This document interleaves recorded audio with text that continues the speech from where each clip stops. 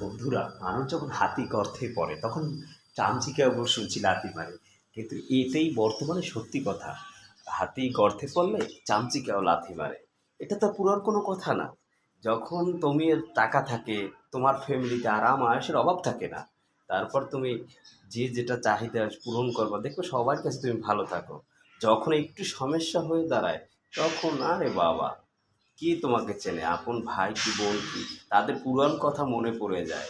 তখন তারা বলে, হ্যাঁ, এই কথা বলছিল না, ওই কথা বলছিল না, কিন্তু পিছে তখন তাকায় না যে পিছে বর্তমানে, হ্যাঁ, সে ভাই কি করছে আমাদের জন্য বা আমার ফ্যামিলির জন্য।